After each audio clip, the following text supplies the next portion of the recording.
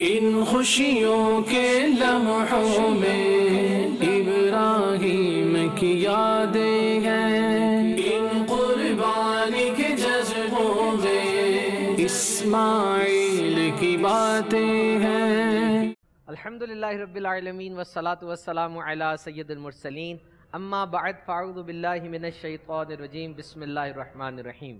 الصلاة والسلام علیک یا رسول اللہ وعلی آلک واصحابک یا حبیب اللہ، الصلاة والسلام علیک یا نبی اللہ وعلی آلک واصحابک یا نور اللہ۔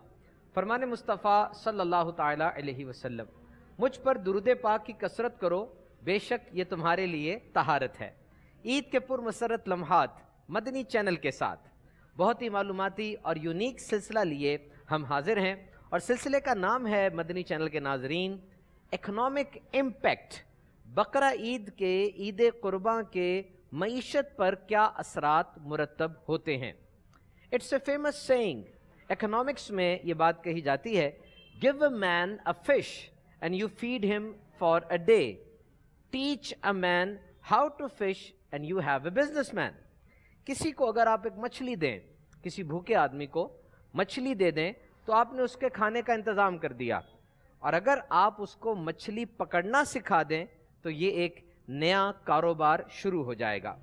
اکنامکس یعنی معیشت کا ایک اصول ہے کہ غربت کا علاج یہ نہیں کہ we are distributing currency notes among penury, یعنی غربت کا یہ علاج نہیں ہے کہ آپ کرنسی نوٹ لے کر غریب لوگوں میں وہ نوٹ تقسیم کرنے شروع کر دیں، بلکہ علاج یہ ہے کہ بزنس ایکٹیویٹی کو بڑھایا جائے، کاروبار کو فروغ دیا جائے۔ ہمارے ساتھ ہیں عقیل بھائی جو کہ کامرس کے ٹیچر بھی ہیں اور اکنامکس کے ان معاملات کو ڈیل کرتے ہیں۔ عقیل بھائی، پہلا کوشچن ہم آپ سے یہ کریں گے کہ یہ کاروبار کیا ہوتا ہے؟ What is the definition of business؟ بسم اللہ الرحمن الرحیم۔ انسان ذریعہ معاش جو اختیار کرتا ہے، پیسہ کمانے کے لیے جو مختلف ایکٹیویٹیز کرتا ہے، ان میں 3 ایکٹیویٹیز اہم ہیں۔ ایک ہے امپلائمنٹ یعنی ملازمت، یعنی کوئی شخص اپنی خدمات کسی ادارے کو پیش کرتا ہے یا کسی فرد کو پیش کرتا ہے، اس سے تنخواہ لیتا ہے، اسے ملازمت کہتے ہیں۔ اسی طرح ایک ذریعہ معاش پروفیشن بھی ہے، پیشہ، یعنی کوئی شخص اپنی خدمات کسی ادارے کو، کسی ایک فرد کو نہیں بلکہ جنرل پبلک کو آفر کرتا ہے۔ جیسے ایک ڈاکٹر ہے، کلینک بنایا ہے، جنرل پبلک اس کے پاس آتی ہے اور ان سے فی ریسیو کرتا ہے، اس سے پروفیشن یا پیشہ کہا جاتا ہے۔ اسی طرح ایک ان سے شاید زیادہ اہم ذریعہ معاش، پیسہ کمانے کا ذریعہ بزنس ہے، کاروبار۔ بزنس کی تعریف یوں کی جاتی ہے کہ کوئی بھی ایکٹیویٹی جو کہ قانونی طور پہ درست ہے اور خرید و فروخت اور ایسی ایکٹیویٹی جس سے پروفٹ کمانا مقصد ہو، اسے بزنس کہا جاتا ہے۔ بزنس کی 2 اہم خصوصیات ہیں کاروبار کی۔ ایک تو بزنس ریپیٹیٹیو ٹرانزیکشنز کو کہا جاتا ہے، یعنی اگر کوئی شخص مثال کے طور پہ اپنی گاڑی کبھی کبھار بیچ دیتا ہے، اپنی گاڑی بیچ دی، 4 سال استعمال کی، پھر بیچ دی، دوسری لے لی، یہ بزنس نہیں کہلائے گا۔ خرید و فروخت تو کر رہا ہے لیکن دس از ناٹ بزنس۔ بزنس میں ریپیٹیٹیو ٹرانزیکشنز ہونی چاہیے کہ بار بار اشیاء کا لین دین، جو کام وہ کر رہا ہے وہ اس کی عادت ہو، عادت سے مراد ریپیٹ کر رہا ہو اس ٹرانزیکشن کو، گاڑیاں خرید رہا ہے بیچ رہا ہے، مکان خرید رہا ہے بیچ رہا ہے، تب وہ بزنس۔ اگر بار بار یہ ایکٹیویٹی کر رہا ہے یہ بزنس کہلائے گا۔ اور دوسرا بزنس کا کریکٹرسٹک ہے کہ بزنس میں رسک ہوتا ہے، رسک انوالو ہوتا ہے، رسک اٹھانا پڑتا ہے، نفع نقصان دونوں ہی پہلو اس کے ساتھ ہیں۔ مین چیزیں جو کاروبار کی عقیل بھائی نے ہم سے شیئر کی، وہ ایک تو ریپیٹیٹیو ایکٹیویٹی ہو، وہ کام ایک دفعہ ہو کے ختم نہ ہو جائے بلکہ بار بار ہوتا رہے، اور دوسرا اٹ مسٹ انوالو رسک، یعنی جو انویسٹمنٹ، جو کیپٹل لگا، یہ بھی ہو سکتا ہے کہ نقصان ہو جائے اور یہ بھی ہو سکتا ہے کہ منافع ہو جائے۔ دین اسلام میں مدنی چینل کے ناظرین کاروبار کی بہت اہمیت ہے، جبکہ سود کو منع کیا گیا۔ دیکھیے، مکتبۃ المدینہ کا ایک بڑا اچھا رسالہ ہے، شیطان کے لیے زیادہ سخت کون۔ اس رسالے کے اندر امیر اہل سنت دامت برکاتہم العالیہ نے جو ایک بزنس کے حوالے سے اگزامپل کاؤٹ کی، وہ میں آپ کو سناتا ہوں۔ فرماتے ہیں، مسکین کو دے دینا آسان ہے مگر اس کی زندگی سنبھال دینا بہت مشکل ہے۔ ہمارے پیارے آقا صلی اللہ تعالی علیہ وسلم نے اس کام کو بھی نہایت خوش اسلوبی کے ساتھ سر انجام دیا۔ چنانچہ سلطان کونین رحمت دارین صلی اللہ تعالی علیہ وسلم کی بارگاہ اقدس میں ایک انصاری شخص نے سوال کیا، آپ صلی اللہ علیہ وسلم نے اسے فرمایا، کیا تیرے گھر میں کچھ نہیں؟ اس نے عرض کی، ایک ٹاٹ ہے، ہم کچھ بچھا لیتے ہیں اور کچھ اوڑھ لیتے ہیں، اور ایک پیالہ ہے جس میں پانی پیتے ہیں۔ میٹھے میٹھے آقا صلی اللہ علیہ وسلم نے فرمایا وہ دونوں ہمارے پاس لے آؤ۔ وہ یہ دونوں چیزیں لے کر حاضر خدمت ہوئے۔ آقا دو جہاں صلی اللہ علیہ وسلم نے انہیں اپنے ہاتھ میں لیا اور فرمایا کون خریدے گا؟ ایک شخص نے عرض کی میں 1 درہم میں خریدتا ہوں۔ آپ صلی اللہ علیہ وسلم نے پھر 2 یا 3 بار فرمایا 1 درہم سے زیادہ میں کون خریدتا ہے؟ ایک شخص نے عرض کی میں 2 درہم میں خریدتا ہوں۔ آپ صلی اللہ علیہ وسلم نے فرمایا یہ دونوں چیزیں انہیں دے دو، اور 2 درہم لے کر اس مانگنے والے انصاری رضی اللہ تعالیٰ عنہ کو دے دیے، اور فرمایا 1 درہم کا غلہ خرید کر اپنے گھر میں دے دو، اور دوسرے درہم کی کلہاڑی خرید کر میرے پاس لاؤ۔ وہ کلہاڑی لے کر نبی کریم صلی اللہ علیہ وسلم کی بارگاہ عظیم میں حاضر ہوئے۔ پیارے آقا صلی اللہ علیہ وسلم نے اپنے دستے مبارک سے اس میں دستہ ٹھونک دیا، اور پھر اس سے فرمایا جاؤ لکڑیاں کاٹو اور بیچو، اور اب میں تمہیں 15 دن نہ دیکھوں۔ پھر وہ صحابی رضی اللہ تعالیٰ عنہ لکڑیاں کاٹتے اور بیچتے رہے۔ جب دوبارہ حاضر خدمت ہوئے تو 10 درہم کما چکے تھے۔ انہوں نے کچھ درہموں سے کپڑا خریدا اور کچھ سے غلہ۔ حضور اکرم صلی اللہ علیہ وسلم نے فرمایا تمہارے لیے یہ اس سے بہتر ہے کہ سوالات قیامت کے دن تمہارے منہ میں داغ بن کر آئیں۔ تو میرے میٹھے اسلامی بھائیوں، دین اسلام جو رحمت للعالمین صلی اللہ تعالیٰ علیہ وسلم کے دامن رحمت سے برستی ہوئی برسات ہے، اور یہ کہ کاروبار میں پیسہ سٹک نہیں ہوتا، پیسہ جمتا نہیں ہے، ایک جگہ ٹھہرتا نہیں ہے، بلکہ سرکولیٹ ہوتا ہے، گردش کرتا رہتا ہے۔ And this circulating currency in the economy is as important as blood in the body. معیشت میں یہ گردش کرتا ہوا پیسہ اتنا ہی ضروری ہے جتنا کہ انسانی جسم میں خون کی اہمیت ہے۔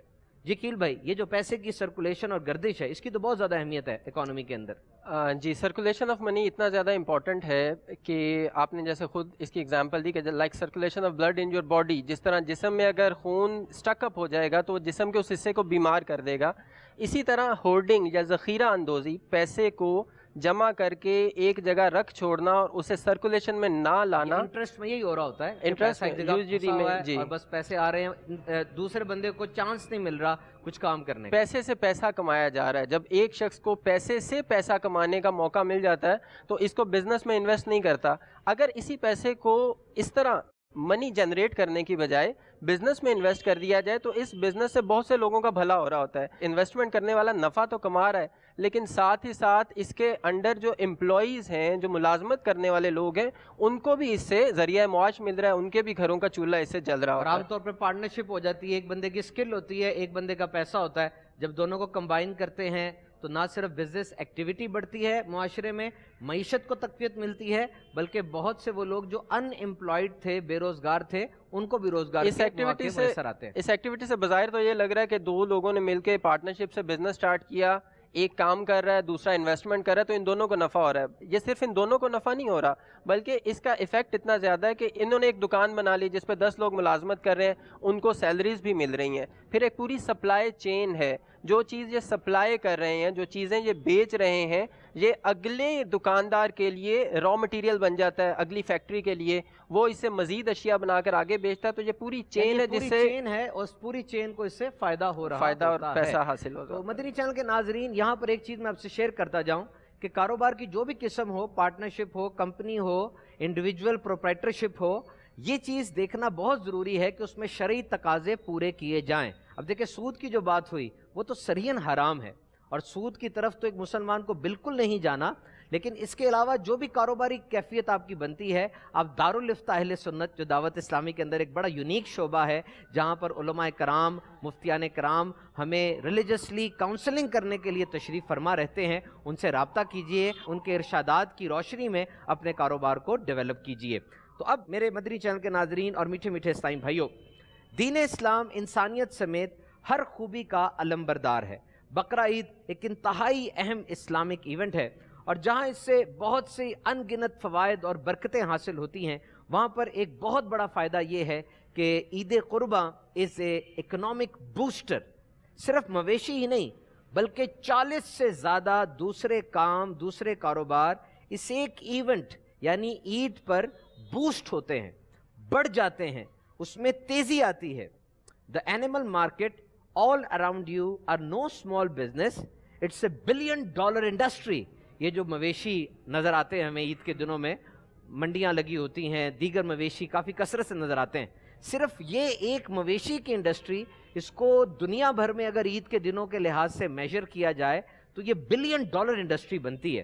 لیکن عقیل بھائی صرف یہ اس کے معاشی فائدہ اگر دیکھا جائے تو صرف یہ مویشی تو نہیں ہے، اس میں تو اور بھی بہت کچھ آتا ہوگا۔ اس میں درجنوں انڈسٹریز ہیں جو بظاہر تو ہمیں نظر یہی آتا ہے کہ مویشیوں کی خرید و فروخت ہو رہی ہے، بھیڑ بکریاں گائے بھینسیں خریدی اور بیچی جا رہی ہیں، لیکن یہ پوری چین اگر ہم اسے شروع سے لے کر چلیں تو فوڈر گرو کرنا، یعنی ان مویشیوں کے لیے چارہ اگانے والا کسان، اس کو بھی اس سے پیسہ حاصل ہو رہا ہوتا ہے۔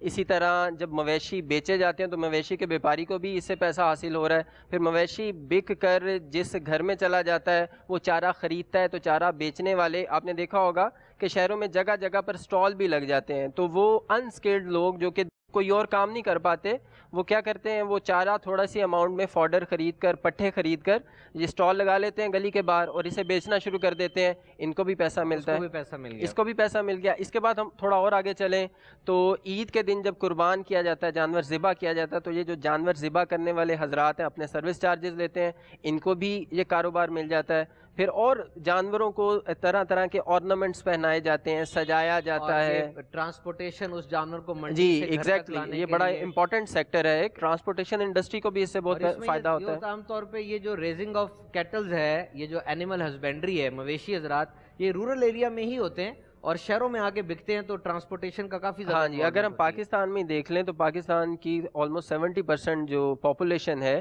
یہ دیہات میں ہی رہتی ہے۔ قربانی کے اس ایونٹ پر رورل اکانومی میں بہت زیادہ پیسہ انجیکٹ ہوتا ہے۔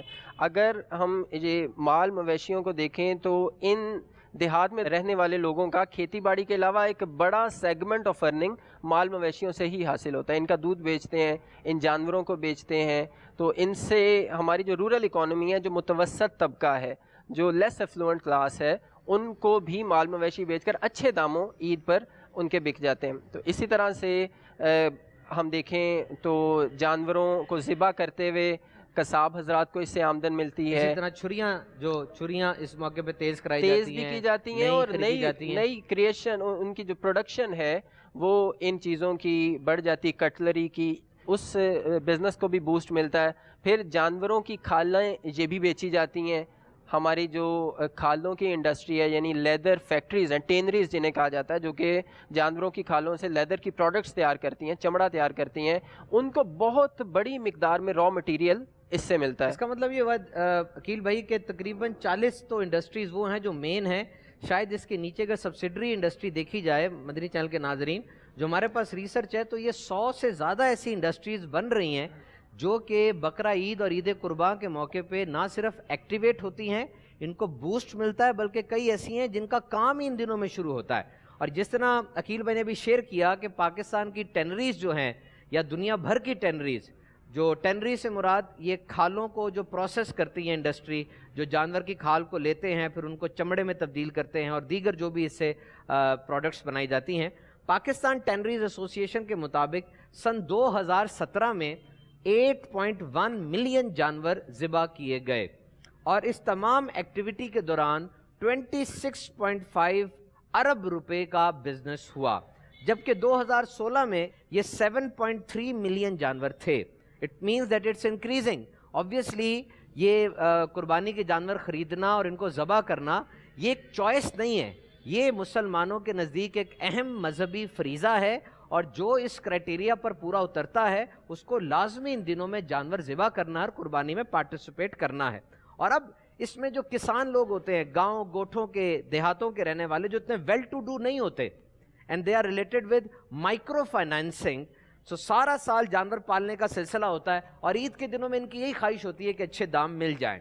Now عقیل بھائی، I will come to a point that there is a spillover effect of the spending of billions of rupees on Eid al-Adha and it is very huge، کہ ایک spell over effect آ رہا ہوتا ہے، economics میں ہم نے پڑھا اس کو، کہ جو اربوں روپے لگ رہا ہے اور اربوں روپے سرکولیشن ہو رہا ہے، یہ صرف جانوروں پہ تو نہیں ہے یا دیگر انڈسٹریز پہ تو نہیں ہے، اس کے تو اور بھی بڑے افیکٹ ہوتے ہیں۔ اسپل اوور افیکٹ جیسے کہ اس کے نام سے ظاہر ہے، اسپل اوور کہتے ہیں کہ ہم کسی برتن میں پانی ڈال رہے ہیں تو اسپل ہو جاتا ہے، برتن بھر گیا اور اس کا پانی ارد گرد کی جگہ کو بھی سیراب کر رہا ہے۔ تو اسپل اوور افیکٹ ڈائریکٹلی تو کیٹل مارکیٹ، مویشی منڈی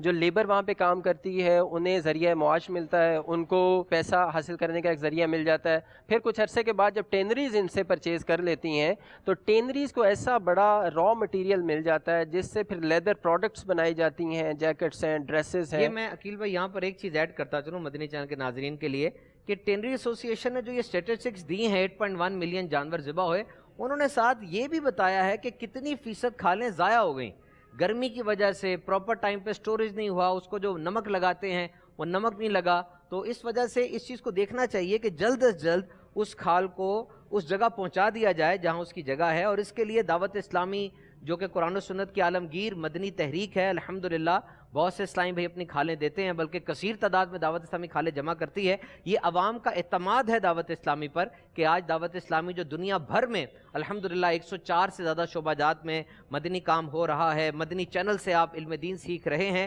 تو یہ سب آپ کا ہی تعاون ہے. الحمدللہ آپ تعاون کرتے ہیں اور یہ کھالیں جو اکٹھی کرنا ہے دعوت اسلامی والے یہ کھال اکٹھی کرتے ہیں اور پھر اس کو جب آگے ٹینریز کی طرف اس کا رخ ہوتا ہے, یہ کھالیں آگے بکتی ہیں تو ٹینریز والے دعوت اسلامی کو دیکھ کر الحمدللہ زیادہ اچھا ریٹ دیتے ہیں کہ ہمارا بھی حصہ اس میں شامل ہو جائے. یہاں پر میں یہ اپریشیٹ کروں گا دعوت اسلامی کے رول کو بھی کہ دعوت اسلامی یہاں پر جو ایک مڈل مین انٹرمیڈری کا رول ادا کر رہی ہے کہ ایک ذبح کرنے والے کے گھر سے کھال اٹھا کر ٹینری تک پہنچانا, یہ ایک ایسا کام ہے کہ ظاہر ہے ٹینری کے اونرز گھر گھر جا کے یہ کھالیں کلیکٹ نہیں کر سکتے.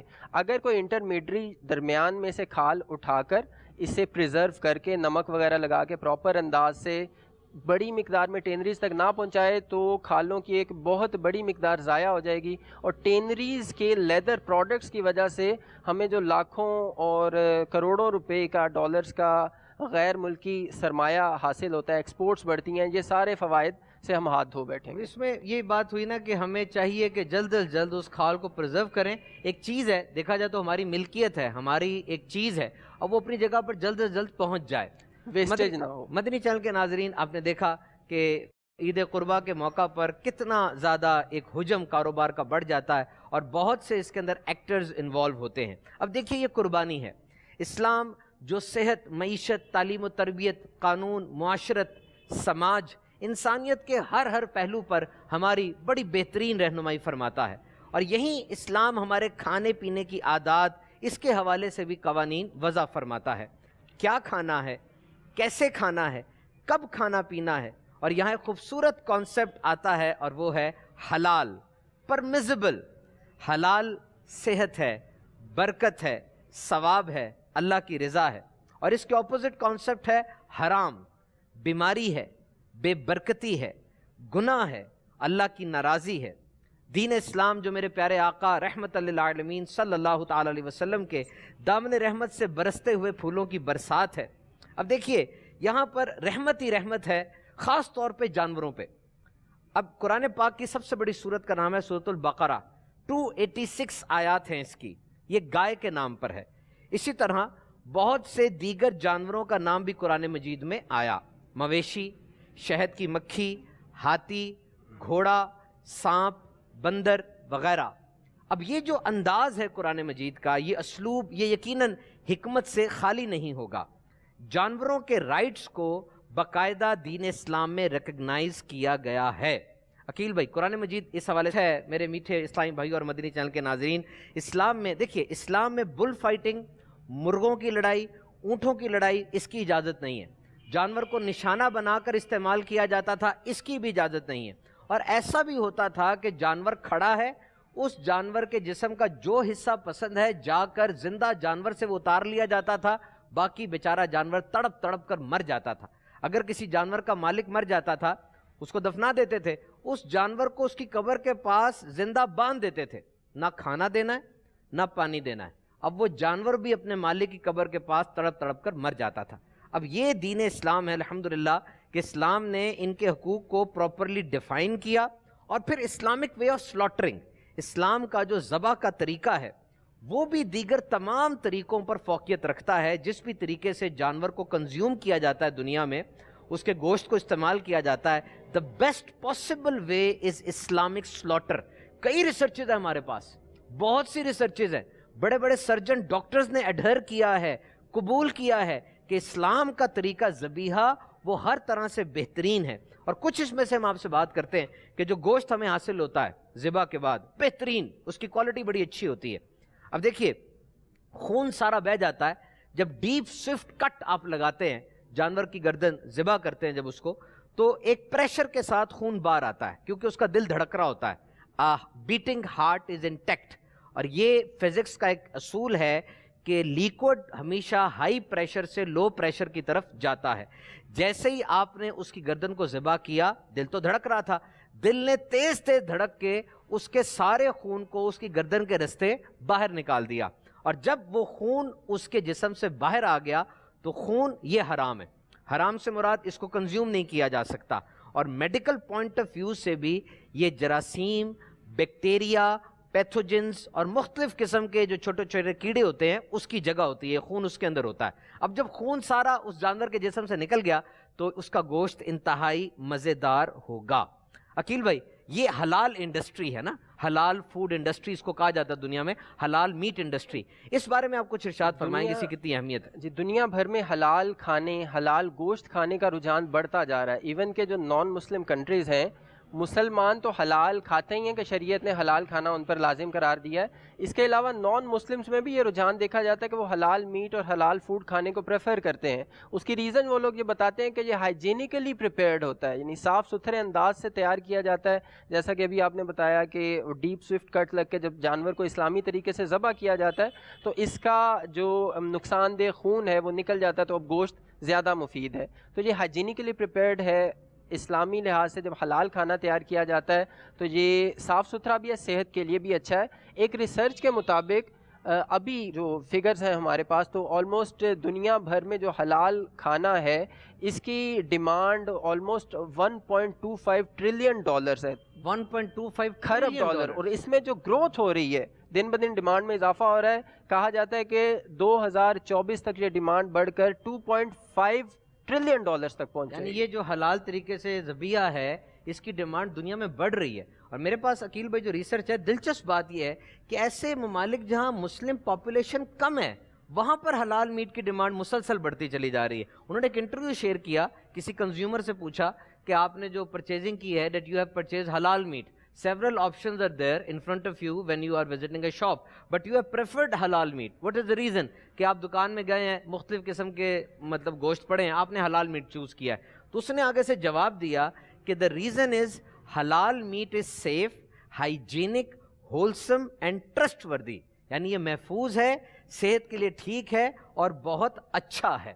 تو اس کا مطلب یہ ہوا کہ اس وقت مسلمان ممالک اس حلال میٹ کے ذریعے بھی بہت زیادہ ذرہ مبادلہ، فارن ایکسچینج ریزرو وہ کما رہے ہیں۔ اور بڑی عید کے اوپر آپ دیکھیے، یہ جو عید قرباں ہے، اس موقع پر ویسے جو ہمارے پاس اسٹیٹسٹکس ہیں، بڑی بڑی کمپنیز جو برگر بناتے ہیں، جو ریسٹورنٹس ہیں، $1 بلین سے زیادہ کے جانور وہ کاٹ ڈالتے ہیں پروفٹ کمانے کے لیے۔ عید قرباں کے دن ایسے ہوتے ہیں کہ ان دنوں میں انسان وہ جو گوشت اس کا آیا، جو جانور اس نے قربان کیا، وہ ڈھونڈ رہا ہوتا ہے غریبوں کو، اور کوشش کر رہا ہوتا ہے کہ یہ گوشت غریبوں میں ہی تقسیم ہو۔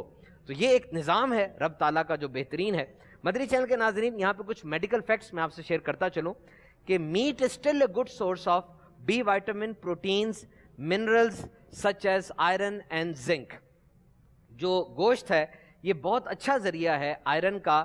اب دیکھیے کچھ بچے ایسے ہوتے ہیں عام طور پہ جن کی گروتھ کمپرومائزڈ ہوتی ہے۔ کمپرومائز سے مراد یہ کہ جتنی ان کی عمر ہے اتنا ان کا قد نہیں ہوتا، یا ان کا ویٹ اتنا نہیں ہوتا۔ تو یاد رکھیے باقی تمام کھانوں کے ساتھ ساتھ گوشت بہترین کھانا ہے، آئرن کا بہترین ذریعہ ہے۔ ایسے بچے کو عام طور پہ روزانہ 1 سیب کم از کم اور کچھ بوٹیاں گوشت کی وہ ضرور کھلانی چاہیے۔ عام طور پہ ہم دیکھ رہے ہوتے ہیں کہ دودھ پی رہا ہے بچہ، اور دودھ پینے میں اتنا منہمک ہے، دودھ کی اس کو اتنی عادت پڑ چکی ہے کہ اب وہ دودھ سے ہی پیٹ بھر لیتا ہے، باقی جو دسترخوان پہ کھانا وہ استعمال نہیں کرتا۔ یاد رکھیے دودھ میں ساری غذائیت نہیں ہے، دودھ is the best source of calcium only. Calcium تو اس کو مل رہی ہے، تو باقی جو چیزیں اس کو چاہیے، اس کو پوٹیشیم چاہیے، اس کو زنک چاہیے، اس کو وائٹامنس چاہیے، اس کو آئرن چاہیے۔ تو گوشت ایک بہترین ذریعہ ہے ان تمام نیوٹرینٹس کا۔ اور اس کے بعد ایک دن میں ایک انسان کی جو گوشت کی ریکوائرمنٹ ہے اڈلٹ کی، وہ 250 گرام ہے، یعنی 1 پاؤ گوشت وہ کھا لے تو یہ بہت کافی ہے۔ اگر گوشت زیادہ استعمال کیا جائے، اس سے یورک ایسڈ بڑھ جاتا ہے، اور یورک ایسڈ بڑھنے سے جسم میں دردیں ہو جاتی ہیں، اور گاؤٹی آرتھرائٹس یعنی جوڑوں کی سوجن، ہڈیوں کی سوجن اس سے بڑھ سکتی ہے۔ بڑی عید کے موقع پہ، عید قرباں کے موقع پر بوتلوں کی سیل بہت بڑھ جاتی ہے، کاربونیٹڈ ڈرنکس، سوڈا ڈرنکس، اور یہ جملہ سننے کو ملتا ہے کہ کھانے کے بعد بوتل اس لیے پی رہے ہیں کہ کھانا ہضم ہو جائے۔ ایک بھی سائنسی تحقیق ایسی نہیں آئی، ایک بھی میڈیکل تحقیق جو یہ ثابت کر دے کہ کھانے کے بعد بوتل پینے سے کھانا ہضم ہو جاتا ہے۔ ایک بھی تحقیق آپ نہیں نکال سکتے۔ یہ بہت زیادہ خطرناک ہے، بوتل پینے سے تیزابیت بڑھ جاتی ہے۔ اور یہ بھی دیکھیے کہ جب کھانا آپ نے کھایا، جیسی کھانا آپ نے کھایا، پیٹ میں مختلف قسم کے تیزاب پیدا ہوتے ہیں، گیسٹرک جوس ہے، ایمیلیس ہے، لائپیس ہے، بائل آ جاتا ہے، اور یہ بڑے موٹے ہوتے ہیں، تھک ہوتے ہیں تاکہ کھانے کو ہضم کرنے میں مدد دیں۔ لیکن اگر ہم کھانے کے فوراً بعد کوئی لیکوڈ پی لیں، چاہے پانی پی لیں، بوتل پی لیں، تو وہ جو تیزاب کی تھکنس ہے، وہ جو اس کا موٹا پن ہے جس کی وجہ سے اس نے کھانے کو ہضم کرنا تھا، وہ اب باریک ہو جائے گا اور کھانے کو صحیح طرح ہضم نہیں کر سکے گا۔ اس کے اور بھی بہت سے نقصانات ہیں۔ اپنی صحت کا خیال رکھیے، اور خاص طور پر بوتل پینے سے، کاربونیٹڈ ڈرنک پینے سے عید کے دوران اور ویسے عام دنوں میں بھی بچیے۔ عقیل بھائی، فوڈ ویسٹ بھی بہت زیادہ ہوتا ہے، کھانا ضائع بھی بہت کیا جاتا ہے، اس بارے میں کچھ فرمائیں گے آپ؟ فوڈ ویسٹیج کے بہت سے ریزنز ہوتے ہیں، لیکن ہمارے ان ممالک میں، ساؤتھ ایشین کنٹریز میں، جہاں پر ٹیمپریچر 30 ڈگریز یا اس سے زیادہ ہوتا ہے، وہاں پر پریزرویشن پراپرلی نہیں ہو پاتی، فوڈ کو پراپرلی محفوظ نہیں کیا جا پاتا، اس وجہ سے وہ ویسٹ ہو جاتا ہے۔ عید کے دنوں میں بھی ہم دیکھیں تو ہمارے یہاں رجحان جو جمع کر کے رکھنے کا ہے، وہ بھی ایک پایا جاتا ہے کہ لوگ گوشت کو جمع کر کے رکھتے ہیں۔ اب اس سے بھی کچھ مقدار تو ظاہر ہے ہم کنزیوم کر پاتے ہیں، لیکن اس کی وجہ سے بھی فوڈ ویسٹ ہو جاتا ہوگا۔ تو فوڈ کو اتنا ہی پریزرو کریں، اتنی مقدار میں ہی رکھیں جو چند دن کے اندر آپ کنزیوم کر لیں، اس سے زیادہ اسے ضائع نہ ہونے دیا جائے بلکہ تقسیم کیا جائے۔ نقصانات بھی آئیں گے سامنے، اگر بڑی دیر تک فریزر میں، فریج میں پڑا رہا، وہ تازہ والی بات تو نہیں رہتی۔ یقیناً فریش فوڈ کے جو فوائد ہیں وہ پھر باسی ہو جانے کے بعد اس کے وہ فوائد حاصل نہیں ہوتے، اس کو ہضم کرنا بھی پھر مشکل ہو جائے گا۔ کہا جاتا ہے ایک سروے کے مطابق کہ ٹوٹل فوڈ پروڈکشن دنیا کی جتنی ہوتی ہے اس کا 1/3 ویسٹ ہو جاتا ہے۔ اس قدر زیادہ ویسٹیج ہے، 1/3 کھانا ویسٹ ہو جاتا ہے۔ یعنی اگر 3 پلیٹیں پڑی ہوئی ہیں تو اس میں سے 1 پلیٹ ضائع ہو گئی، 1 پلیٹ ضائع ہو جاتی ہے۔ اب یہ جو 1 پلیٹ ضائع ہو گئی، کھانا ضائع ہو گیا، اس کا مطلب یہی نہیں کہ یہ ایک چاول تھا، یہ چاول ہی ضائع ہوئے، نہیں، بلکہ اس چاولوں کو اگانے میں 1/3 آف فوڈ پروڈیوس کرنے میں پانی بھی استعمال ہوا، الیکٹریسٹی بھی استعمال ہوئی، لیبر کو پیسے بھی دیے گئے، ہارویسٹنگ کے لیے، کٹائی کے لیے مشینیں بھی استعمال ہوئیں، زمین بھی ہم نے وہ بزی رکھی، اس پہ کوئی اور چیز گرو نہیں ہوئی۔ تو اس قدر جتنی بھی ہم نے اس پر انرجیز لگائیں، جتنے ریسورسز استعمال کیے، مقصد کیا تھا؟ فوڈ پروڈیوس کیا جائے، کھانا پروڈیوس کیا جائے۔ کھانا پروڈیوس کرنے کا سول مقصد انسان کا پیٹ بھرنا ہے۔ اب اگر وہ کسی انسان کا پیٹ نہیں بھر پایا، کسی جاندار کا پیٹ نہیں بھر پایا، ضائع ہو گیا، تو یہ سمجھے کہ سارے کروڑوں اربوں روپے کی جو اکانومی کو لاس ہو گیا۔ لاس ہوا، یعنی اکنامک امپیکٹ اس کا بڑی عید کا ہے، لیکن اس کا اکنامک لاس کتنا زیادہ ہے۔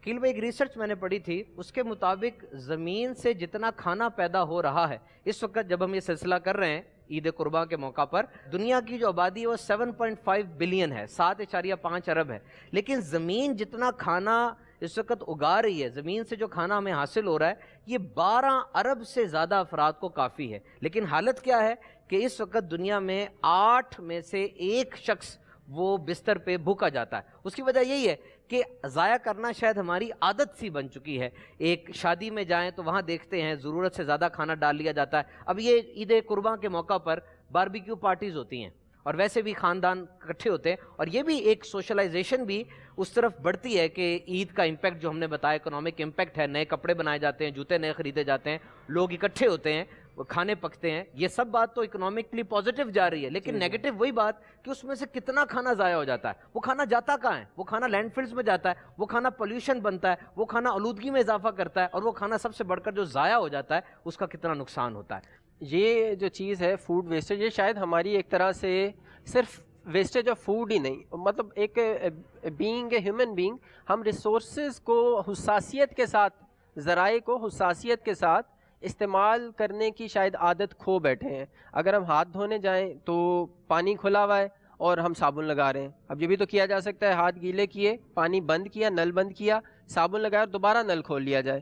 تو بلا وجہ برش کر رہے ہیں یا مسواک اگر کر رہے ہیں تو اس میں بھی عادت بنائی جائے کہ ہم نل بند کر کے ہی پھر برش کریں. یعنی اس میں یہ دیکھیے کہ جو آپ نے بات کی اس کے بارے میں تو ہم نے سنا یہ کہ دیکھا کہ کچھ لوگ کہتے ہیں کہ سیو دا واٹر چیلنج قبول کریں آپ, کہ یہ ایک برش کرنے کے دوران اگر نل کا کھلا چھوڑ دیا جائے تو 10 لیٹر پانی وہ ضائع ہو جاتا ہے. یہ پانی بھی ضائع ہو رہا ہے اور اسی انداز پر پھر کھانے میں بھی ہم پلیٹ بھر لیتے ہیں.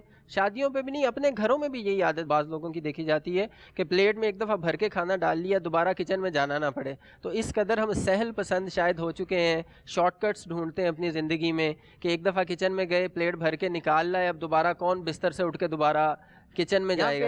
عقیل بھائی میں 2 باتیں شیئر کروں گا بڑی اہم. پہلی یہ تو دعوت اسلامی کا مدنی ماحول الحمدللہ مدینہ.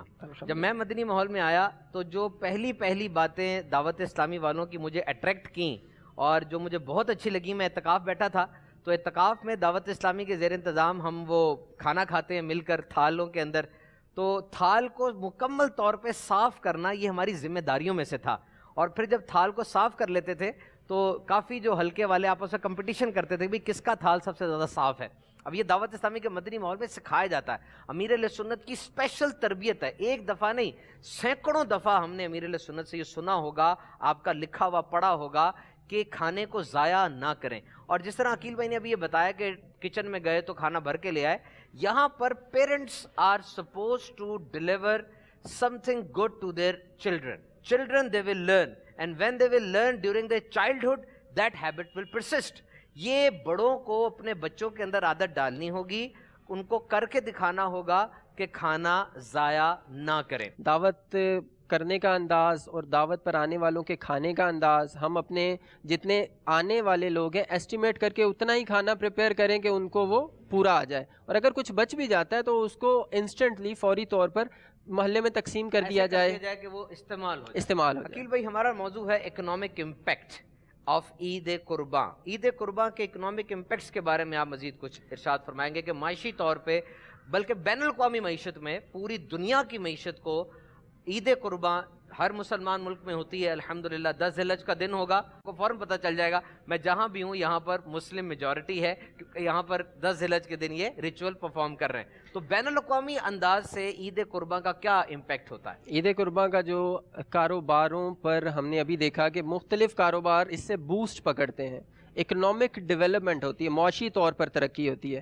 تو اسی طرح گلوبل لیول پر یا ملکی سطح پر نیشنل انکم میں بھی اضافہ ہوتا ہے.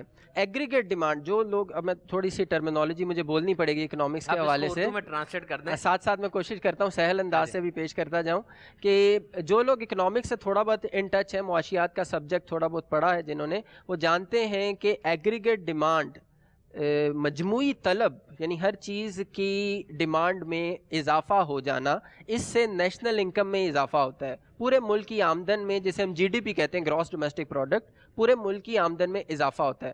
وہ فیکٹرز جو کہ کسی ملک کی نیشنل انکم بڑھاتے ہیں, جو ایگریگیٹ ڈیمانڈ میں, طلب میں اضافہ کرتے ہیں, ان میں 4 فیکٹرز امپورٹنٹ ہیں.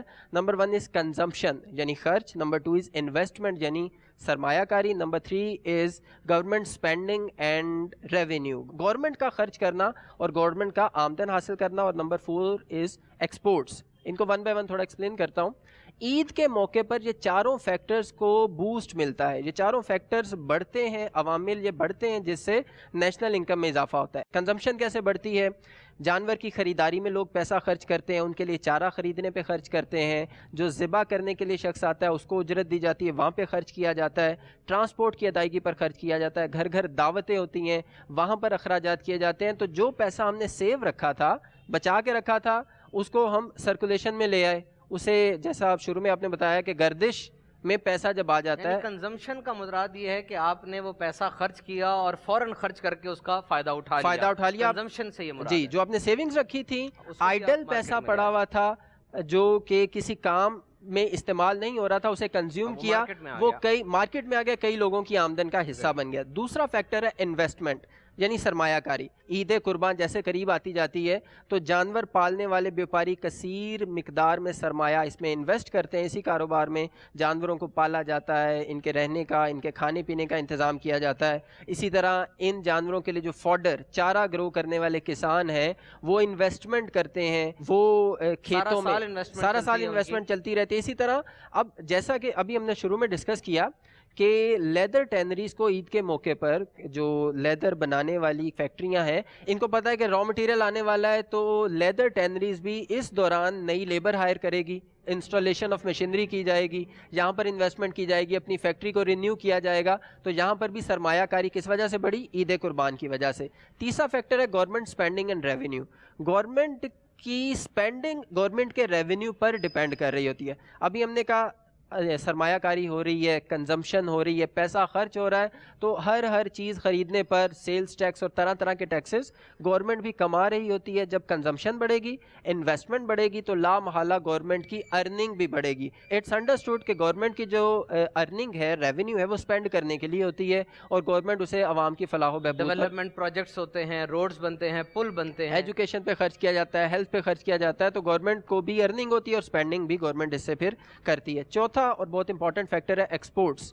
قربانی کی کھالوں سے را مٹیریل ملا, 45% of the raw material of the year یہ ٹینریز کو ملا, جس سے انہوں نے لیدر کی پروڈکٹس بنائیں اور پاکستان میں لیدر کی پروڈکٹس ایکسپورٹ ہوتی ہیں اور ان ایکسپورٹ سے تقریباً $950 ملین سالانہ ہمیں زر مبادلہ حاصل ہوتا ہے. یہ عقیل بھائی آپ نے صرف پاکستان کی اسٹیٹسٹکس شیئر کی, جبکہ ہمارے پاس یہ پوری دنیا کے اسلامی ملکوں کی اسٹیٹسٹکس بھی موجود ہے کہ اس میں چاہے ترکی ہو, عرب ممالک ہیں, خلیج کے ممالک ہیں, اور بھی دیگر افریقہ میں جو مسلم کنٹریز ہیں, ان کی جو کھالیں جنریٹ ہوتی ہیں, اور وہ کھالیں جب وہ بیچتے ہیں, یا تو وہ کھالیں خام بیچ دیتے ہیں, یعنی را مٹیریل کی صورت میں بیچ دیتے ہیں, یا اس کو پروسیس کرتے ہیں, اس کو لیدر کی کوئی پروڈکٹ بناتے ہیں, تسمے بنتے ہیں, جوتے بنتے ہیں, پرس بنتے ہیں, کپڑے بنتے ہیں, جیکٹس بنتی ہیں, اور یہ سارا کسی ملک کی ایکسپورٹ میں بہت زیادہ اہمیت کا حامل ہوتا ہے. اسلامی ممالک تو اپنی جگہ ہیں, لیکن ابھی میں ایک رپورٹ پڑھ رہا تھا تو اس میں اسٹیٹسٹک شیئر کیے گئے تھے کہ حلال گوشت کی ڈیمانڈ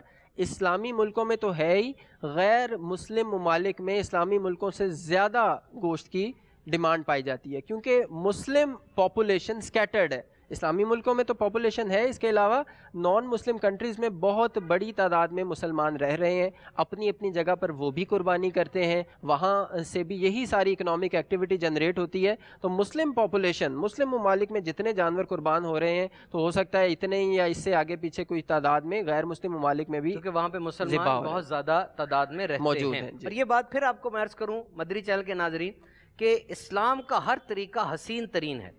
یہ جو ذبیحہ کا انداز ہے, یاد رکھیے جانور کو کنزیوم کرنا ہے, اب کنزیوم کرنے کے لیے ذبیحہ کا انداز وہ ہو جو اکنامیکل ہو, ہر جگہ آسانی کے ساتھ پرفارم کیا جا سکے, موسٹ ہیومین ہو. اور الحمدللہ دین اسلام کا جو یہ انداز قربانی ہے, مسلم وے آف سلاٹرنگ ہے, یہ سب سے زیادہ پریز وردی ہے.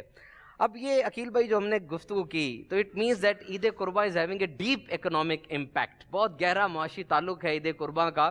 اب یہاں پر دعوت اسلامی کے مدنی ماحول میں آ کر ہم نے کیا سیکھا؟ دیکھیے پیسہ تو ہو رہا ہے, تجارت بڑھتی ہے, پیسہ آتا ہے, لیکن علم کی کتنی اہمیت ہے.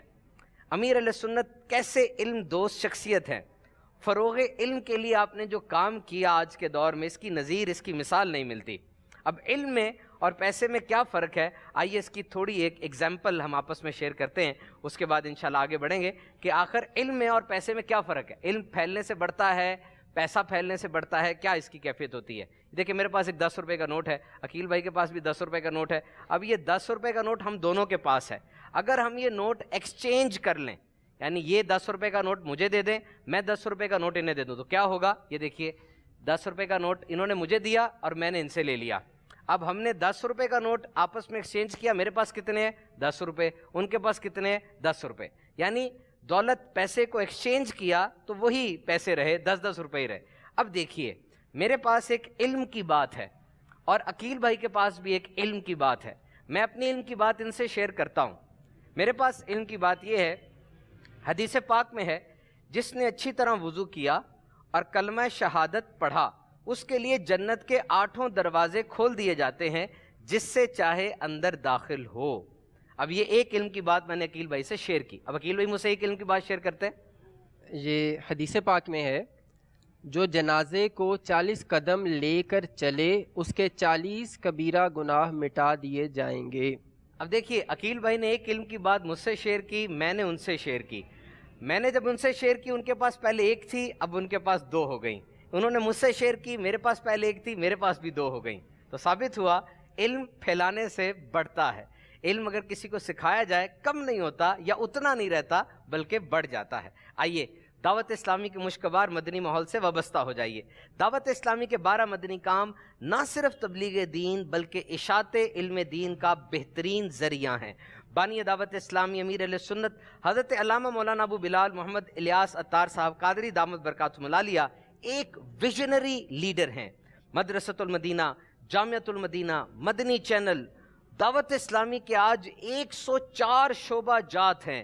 ایک مکمل سسٹم بنا ہوا، ایک نظام ہے، اور جب سے دعوت اسلامی بنی مسلسل الحمدللہ ترقی کی منازل طے کرتی چلی جا رہی ہے۔ اب جو کام ہو رہا ہے وہ بھی آگے بڑھ رہا ہے، اور مزید بہت سے پروجیکٹس ہیں جو پائپ لائن میں ہیں۔ ابھی پچھلے دنوں الحمدللہ امیر اہل سنت نے جو شجر کاری مہم کے حوالے سے ارشاد فرمایا، پودے لگاؤ، درخت لگاؤ، یہ دعوت اسلامی نے شروع کی۔ دیکھیے plants and green is a game changer. آج دنیا میں گلوبل وارمنگ بڑھ رہی ہے، ان سب کا جو علاج ہے، مین علاج، وہ کیا بتایا جاتا ہے؟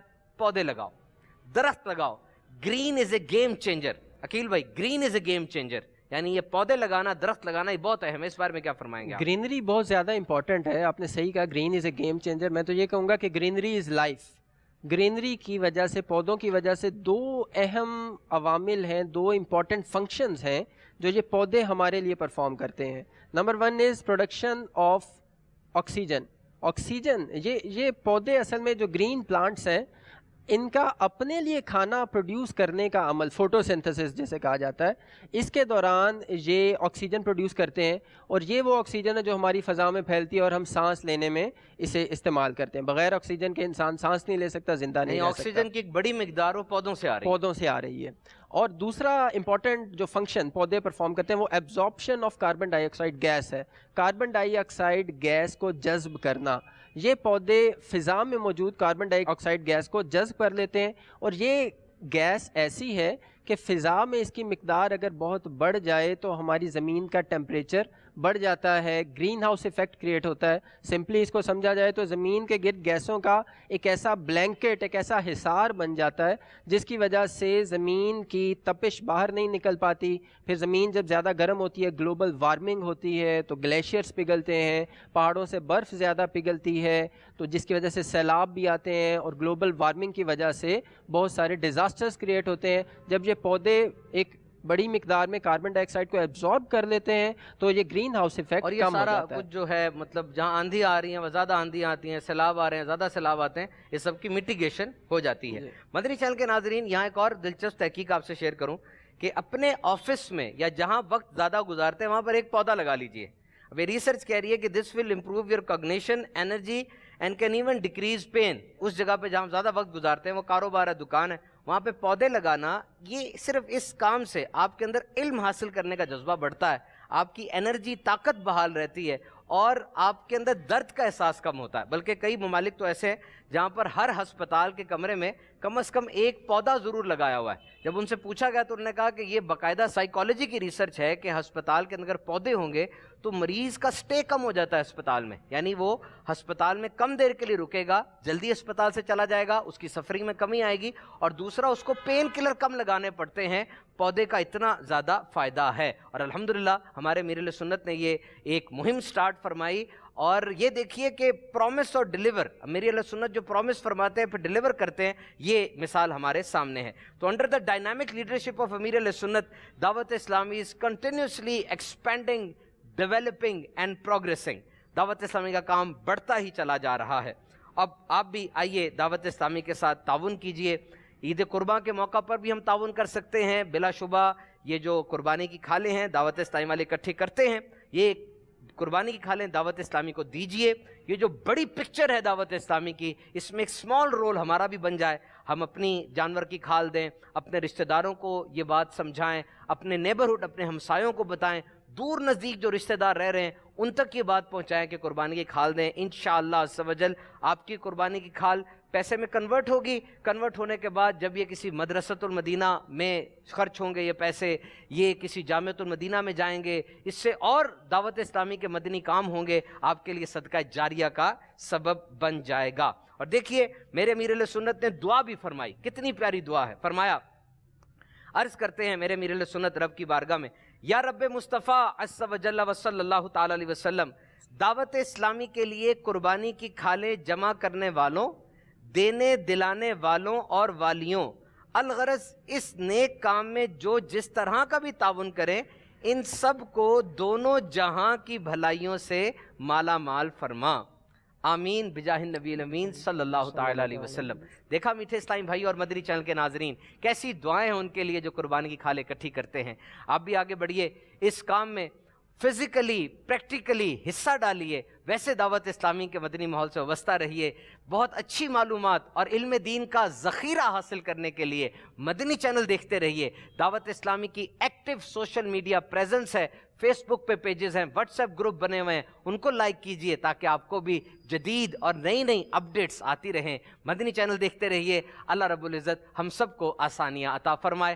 صلو علی الحبیب صلی اللہ تعالی علی محمد. ان خوشیوں کے لمحوں میں ابراہیم کی یادیں ہیں، ان قربانی کے جذبوں میں اسماعیل کی باتیں ہیں.